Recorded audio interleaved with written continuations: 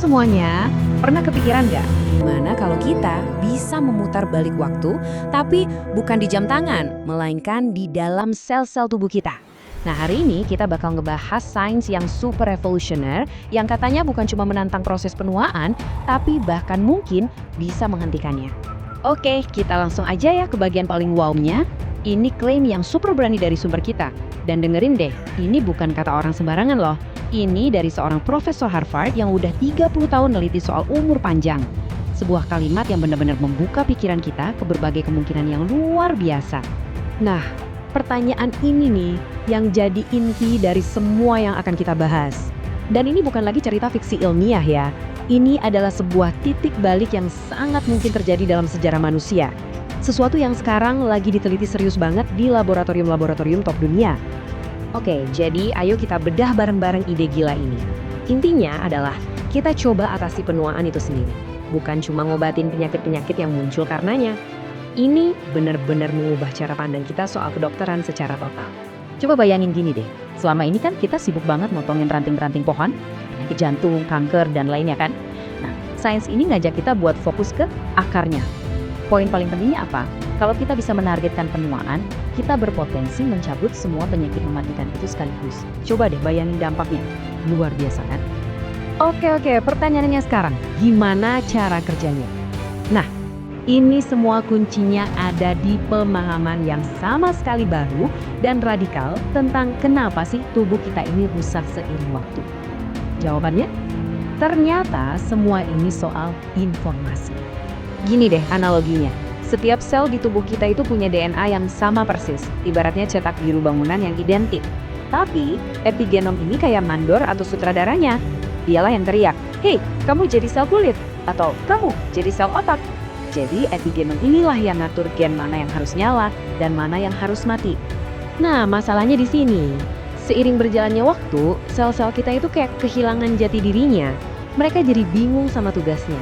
Inilah inti dari penuaan. Sumber kita menggambarkannya dengan keren banget sebagai krisis identitas seluler. Terus penyebabnya apa? Kenapa epigenom kita bisa tergores? Ya macam-macam, mulai dari sinar matahari, asap rokok, bahkan ya proses hidup kita sehari-hari aja udah cukup. Jadi setiap kali ada kerusakan DNA, tubuh kita memperbaikinya. Tapi proses perbaikan ini kayak piringan hitam yang kegores dikit-dikit. Lama-lama goresannya numpuk.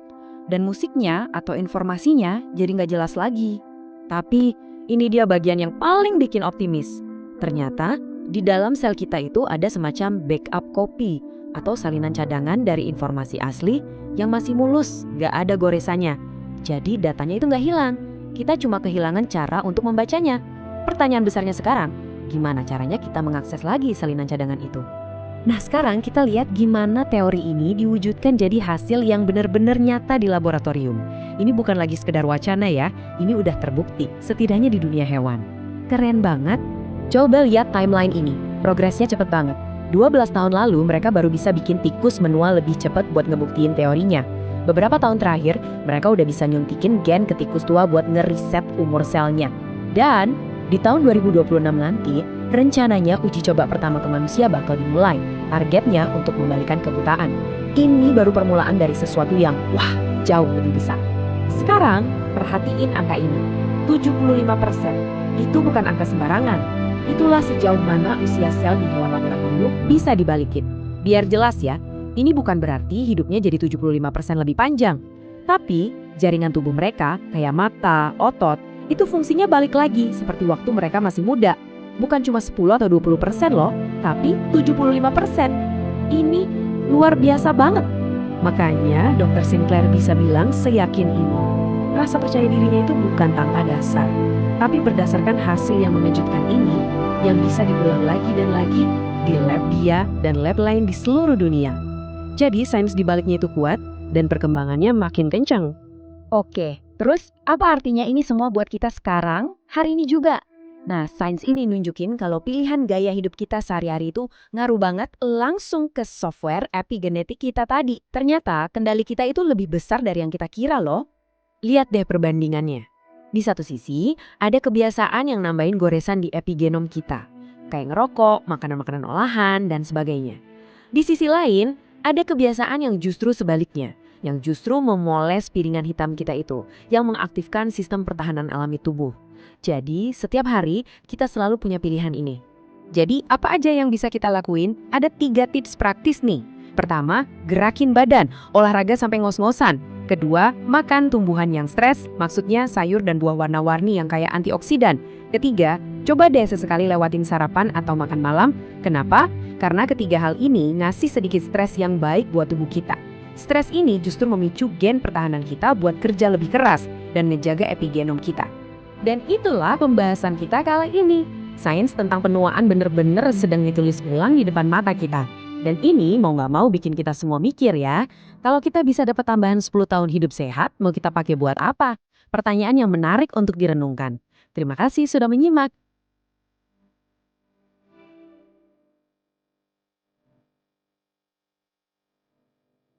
Coba Anda bayangkan sejenak ya, bagaimana kalau selama ini umat manusia itu tertipu mentah-mentah oleh alam? Maksudnya tertipu bagaimana ini? Ya, kita kan selalu diajarkan kalau penuaan itu takdir mutlak kan? Semacam kerusakan perangkat keras yang nggak bisa dihindari seiring berjalannya waktu. Tapi bagaimana jika penuaan sebenarnya hanyalah sebuah apa ya, sebutannya di materi kita, gangguan perangkat lunak atau software glitch? Oh ya, dan bagaimana jika tepat pada saat Anda mendengarkan obrolan kita ini, umat manusia baru saja menemukan cara untuk menekan tombol reboot pada tubuh kita? Tepat. Oke, mari kita bedah ini. Per bulan ini, Maret 2026, kita sedang berada di ambang pintu sejarah. Uji coba klinis untuk membalikan penuaan pada manusia telah dimulai. Ingat ya, membalikan, bukan sekedar memperlambat. Ini pergeseran cara pandang yang sangat radikal. Benar banget. Nah, eksplorasi mendalam kita hari ini menggabungkan wawancara epik berdurasi panjang dengan Dr. David Sinclair. Beliau ini profesor Harvard dan pionir di bidang longevity ya. Betul, dan kita juga menyilangkan wawancara itu dengan 2 dokumen analitis yang sangat menarik. Dokumen ini menyeimbangkan terobosan sains biologisnya dengan dampak spiritual dan filosofisnya. Misi kita hari ini jelas. Kita akan mengurai sains di balik mengapa kita menua, membongkar rahasia gaya hidup untuk memperpanjang usia, dan mengeksplorasi pertanyaan filosofis terbesar. Kalau kita memang bisa hidup selamanya, apakah kita siap secara mental dan spiritual? Itu pertanyaan yang berat ya. Tapi mari kita mulai dari dasar teorinya dulu. Selama ini ada mitos bahwa tubuh kita menua karena aus atau rusak. Kayak mesin mobil tua gitu. Semakin sering dipakai, semakin berkarat kan? Nah, itu mitos. Sains modern baru saja menghancurkan ide itu melalui apa yang disebut Information Theory of Aging atau teori informasi penuaan. Oke, jadi kalau pakai analogi komputer, bayangkan tubuh Anda ini kayak laptop. Selama ini kita mengira hardware atau perangkat kerasnya yang rusak. Padahal bukan. Padahal ternyata hanya perangkat lunaknya, softwarenya yang kena bug dan butuh diinstal ulang. Analogi yang sangat pas. Di dalam wawancara, Dr. Sinclair menggunakan perumpamaan kepingan CD. Kalau Anda masih ingat bentuk CD ya, Masih dong, haha. bayangkan DNA atau genom Anda itu adalah informasi digital yang utuh. Musik yang terekam sempurna di dalam kepingan CD tersebut. Musiknya itu cetak biru masa muda kita ya. Betul sekali. Nah, musiknya itu nggak pernah hilang. Tetapi, epigenom Anda, yaitu sistem kontrol analog yang membaca gen tersebut, itu ibarat permukaan CD-nya. Oh oke, terus seiring berjalannya waktu, Seiring waktu, permukaan CD itu mulai penuh dengan goresan. Goresan ini adalah kerusakan epigenetik. Musiknya di dalamnya masih sempurna, tapi karena goresan di permukaan, alat pemutarnya kesulitan membaca datanya. musiknya jadi melompat-lompat ya, terdengar sumbang. Tepat. Jadi penuaan pada dasarnya adalah sel yang lupa identitasnya karena goresan tadi. Misalnya sel kulit Anda mulai kebingungan dan bertingkah kayak sel saraf. Wah, ngeri juga ya bayanginnya, sel kita amnesia berjemaah. Tapi hal yang paling menakjubkan di sini adalah apa yang sebenarnya bikin CD kita tergores setiap hari. Nah, goresan-goresan itu disebabkan oleh patahan kromosom harian. Dan ini sesuatu yang normal. Normal gimana maksudnya? Ya, hal ini terjadi karena paparan sinar X, saat Anda terbang dengan pesawat terbang, karena radiasi kosmik, atau bahkan diet yang buruk. Tubuh kita punya sistem pelindung sel, sekelompok enzim yang disebut sirtuin. Sirtuin, oke. ini kayak satpam sel kita kan? Benar. Tugas utama sirtuin ini menjaga identitas sel, menjaga agar epigenom tetap rapi. Tapi saat DNA patah karena radiasi tadi, satpam-satpam ini panik. Mereka lari ke lokasi DNA yang patah. Iya, mereka terdistraksi. Mereka bergegas memperbaiki DNA yang patah itu. Sayangnya, setelah perbaikan selesai, tidak semua sirtuin ini kembali ke posisi atau pos jaga mereka semula. Pelan-pelan selnya jadi kehilangan identitas. Masuk akal. Nah, ini membawa kita ke terobosan luar biasa di bulan Maret 2026 ini. Kita sekarang tahu cara memoles goresan CD itu. Dari tikus ke manusia, ini bukan fiksi lagi. Betul, di bulan Februari 2026, Rejuvenate Bio berhasil memperpanjang umur tikus hingga 109%. Dan mereka meremajakan sel manusia berusia 65 tahun. Itu capaian besar. Dan puncaknya adalah uji coba manusia pertama oleh Life Bioscience. Mereka menggunakan terapi gen yang disebut ER100 kan. Terapi ini menggunakan gen OSK atau faktor Yamanaka. Dari yang saya baca, mereka pakai virus tak berbahaya yang diibaratkan kayak pesawat luar angkasa mikroskopis. Iya, pesawat kecil ini mengirimkan 3 gen peremajaan ke dalam sel. Tapi tunggu dulu, saya mau bahas detail dari sumber kita yang agak bikin penasaran. Mereka menyuntikkan ini ke saraf mata pasien kebutaan akibat glaukoma. Betul, ke mata. Mengapa mata? Maksud saya, bukankah kita ingin meremajakan seluruh tubuh? Kenapa nggak disuntik ke kulit atau organ lain? Ada alasan medis yang sangat kuat untuk itu. Mata adalah sistem tertutup. Ini menjadikannya tempat paling aman untuk uji coba manusia pertama. Oh, jadi kalau ada efek samping, nggak langsung menyebar ke organ vital lain ya? Yang paling susah diperbaiki. Sangat susah. Jika kita bisa membalikan usia saraf optik, itu berarti kita baru saja membuktikan bahwa kita bisa membalikan usia sistem saraf pusat. Dan jika kita bisa melakukan itu, membalikan usia organ lain seperti hati atau kulit hanyalah masalah waktu. Wow, jadi mata itu kayak bos terakhirnya? Kalau bos terakhirnya bisa dikalahkan, yang lain gampang? Analogi yang menarik, dan cara kerjanya juga brilian. Cukup dengan minum obat antibiotik biasa, doxycycline, selama 8 minggu. Ah iya, doxycycline itu berfungsi sebagai saklar kan? Selama pasien minum itu, gen peremajaannya aktif selnya kembali 75% lebih muda. Dan yang paling penting, selnya tetap ingat identitasnya. Mereka tidak kembali menjadi sel punca embrionik yang malah bisa memicu tumor. Gila ya, masa depan itu benar-benar sudah tiba. Tapi masalahnya terapi ER100 ini pasti harganya selangit. Nggak semua orang bisa langsung coba. Tentu, di tahap awal ini, harganya pasti tidak terjangkau. Nah, selagi kita menunggu terapi genetik ini menjadi murah dan massal, tindakan praktis apa yang bisa dilakukan pendengar kita hari ini? Kita harus kembali ke prinsip evolusi, yang di dalam biologi disebut hormesis. Hormesis. Ini konsep yang bilang kalau apa yang tidak membunuhmu bikin kamu hidup lebih lama, kan? Betul sekali. Tubuh kita itu berevolusi untuk melawan penuaan hanya ketika dia merasa terancam. Mode kesengsaraan ya? Iya. Kalau Anda hidup nyaman dengan AC sepanjang hari, langganan Netflix dan makan 3 kali sehari, Tumbuhnya jadi manja. sangat manja.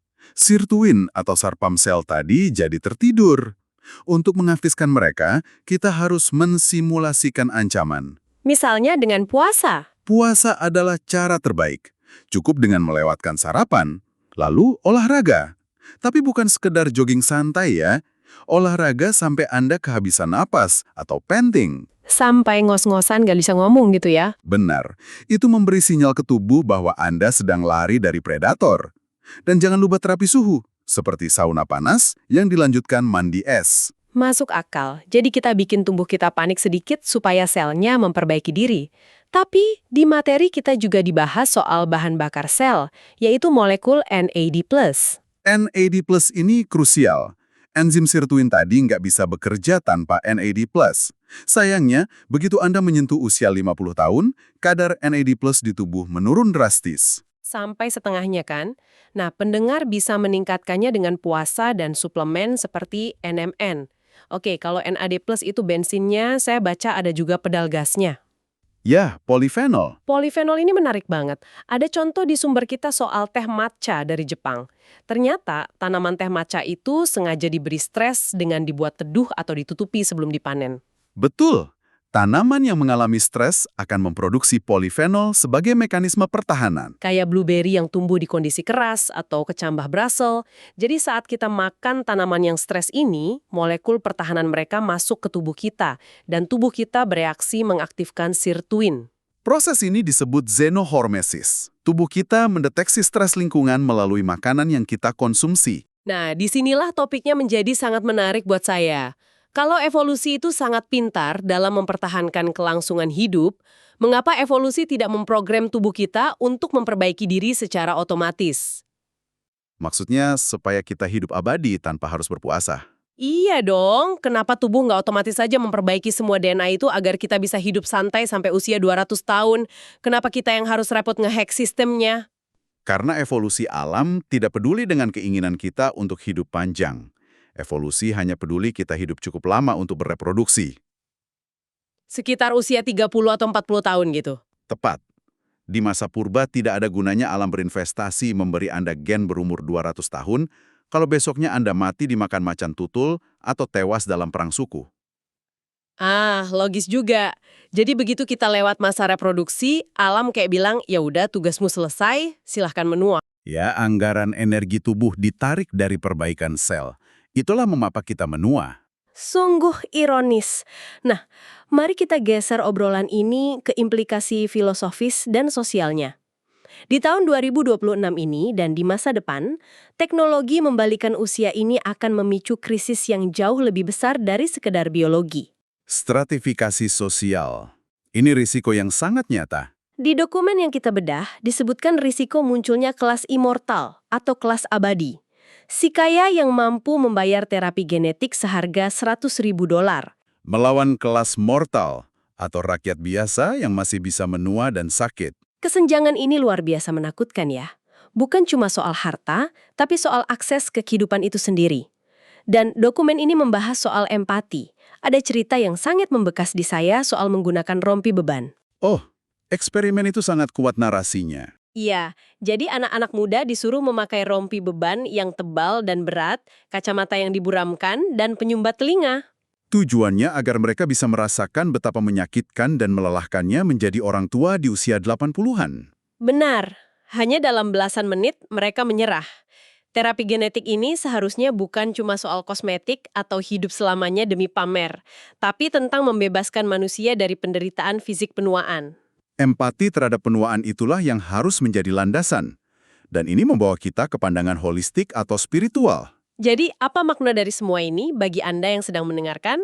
Nah, ini memunculkan satu pertanyaan penting. Kalau raga fisik kita bisa abadi, bagaimana dengan kesadaran kita? Dokumen kita menyebut tubuh biologis itu pada dasarnya hanyalah avatar atau semacam NPC, non-playable character, di sebuah game. Betul. Jika kesadaran kita tidak berkembang, keabadian fisik hanya akan memicu kebosanan eksistensial. Atau dalam pandangan spiritual, akumulasi karma dan keinginan yang tak ada habisnya. Memiliki tubuh biologis usia 20 tahun nggak akan ada artinya kalau mental kita masih terjebak pada trauma masa lalu kan? Tepat sekali. Sumber analitis kita menawarkan konsep yang disebut harmonic qualia selection. Istilah yang keren. Intinya adalah, kita harus memandang teknologi age reversal ini dengan keterlibatan yang tidak terikat. Memperpanjang usia itu bagus. Membebaskan diri dari penyakit tua itu mulia. Tapi teknologi ini hanyalah alat, bukan tujuan akhir. Betul.